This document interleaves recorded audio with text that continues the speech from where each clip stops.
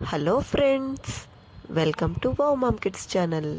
ఈరోజు మనం పొలాల అమావాస్య కథ గురించి తెలుసుకుందాం.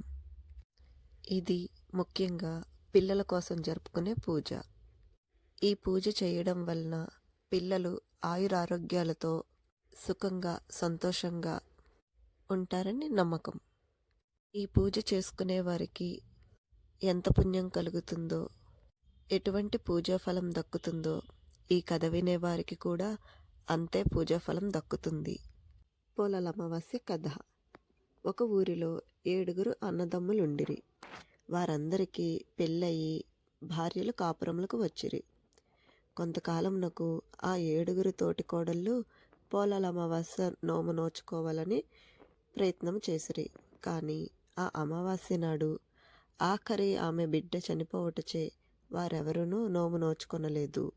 ఆ విధముగా వారు 6 సంవత్సరములు నోము నోచుకొనుటకు ప్రయత్నం చేయుటయు, ఆఖరామె బిడ్డ చనిపోవటయు, అందుచే వారికి ఆ నోము నోచుకొనుటకు వీలు లేకపోవటయు, మిగిలిన 6 7వ ఆమెను దుమ్మెత్తిపోయుటయు జరుగుచుండెను.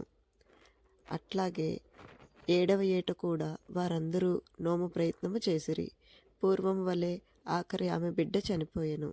కానీ ఆమె తోటి కోడళ్ళు తనని తిట్టిపోయిదురని భయపడి చచ్చిన బిడ్డను ఇంటిలో పెట్టి తాళం వేసి మిగిలిన తోటి కోడళ్లతో వెళ్ళి వారితో కలిసి నోము నోచుకుని రాత్రి ఇంటికి వచ్చెను. పిమ్మట ఆమె చచ్చిన బిడ్డ శవమును భుజము మీద వేసుకొని ఊరి చివరనున్న పోలేరమ్మ గుడి వద్దకు తీసుకుని పోయి ఏడ్చుచుండెను. అంతలో గ్రామ సంచారమునకు బయలుదేరిన పోలేరమ్మ ఆమెను చూసి ఎందులకు ఏడ్చుచుంటివని అడిగెను. అందులోకామె, అమ్మా, ఏమి చేయమందువు? 7 ఏళ్ల నుంచి ఏటికొక బిడ్డ చొప్పున నేను పోలేరమ్మకు అప్పగించుచున్నాను.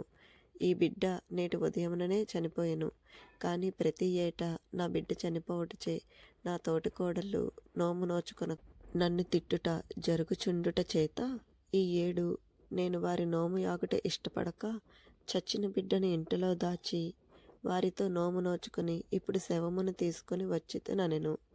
ఆ మాటలు విని పోలేరమ్మ జాలిపడి ఆమెకు అక్షింతలిచ్చి వాటిని ఆమె బిడ్డలను పూడ్చిన చోట చల్లి చచ్చిన వారిని వారి వారి పేర్లతో పిలువవలసినదిగా చెప్పి వెడలిపోయెను.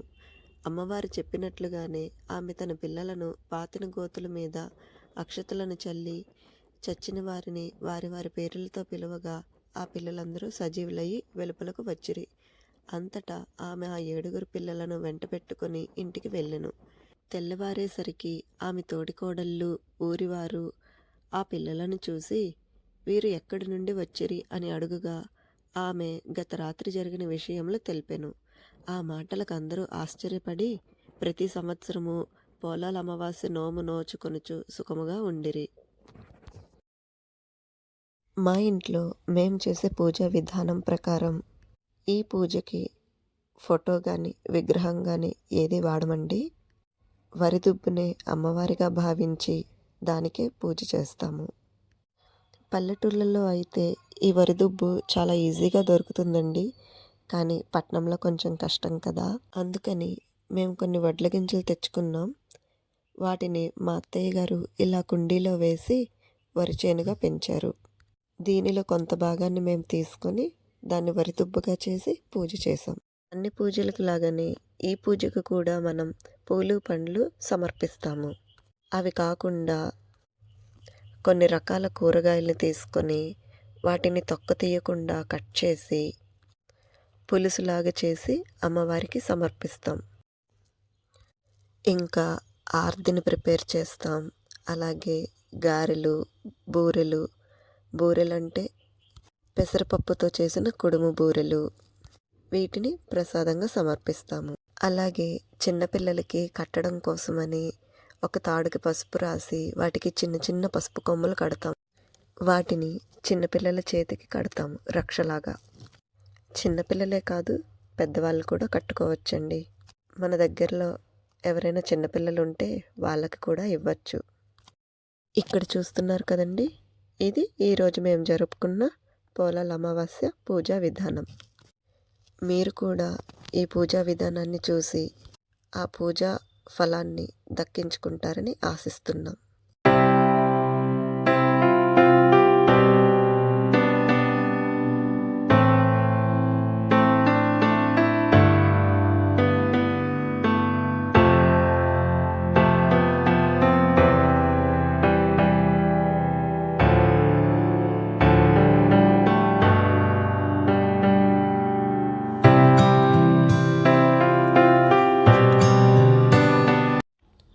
ఈ వీడియో కానీ మీకు నచ్చినట్లయితే లైక్ చేసి మీ ఫ్రెండ్స్ అందరికీ షేర్ చేయండి. Please subscribe to our channel for more creative and interesting ideas. Thanks for watching. Bye bye. See you later.